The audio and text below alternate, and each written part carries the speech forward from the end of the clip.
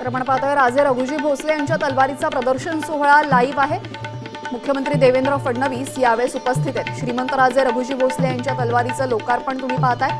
आशिष शेलार यांनी ही तलवार ताब्यात घेतली आणि त्यानंतर आता तलवारीचं लोकार्पण झालेलं आहे। मुंबईमधली दृश्य आहे।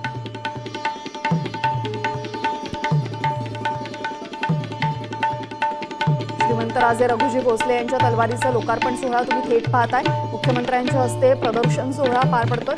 मुख्यमंत्री स्वतः या संपूर्ण प्रदर्शनाची माहिती घेत आहेत। त्यांच्यासोबत मंत्री आशिष शेलार सुद्धा उपस्थित आहेत।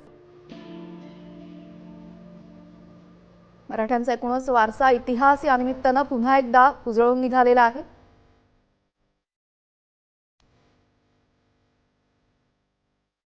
राजे रघुजी भोसले यांची तलवार आपण ताब्यात घेतली आणि त्यानंतर काल ती मुंबईमध्ये परतली।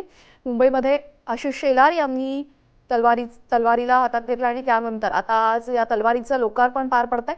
या निमित्तानं प्रदर्शनाचं आयोजन करण्यात आलेलं आहे। प्रदर्शनासाठी स्वतः मुख्यमंत्री देवेंद्र फडणवीस इथे उपस्थित आहेत।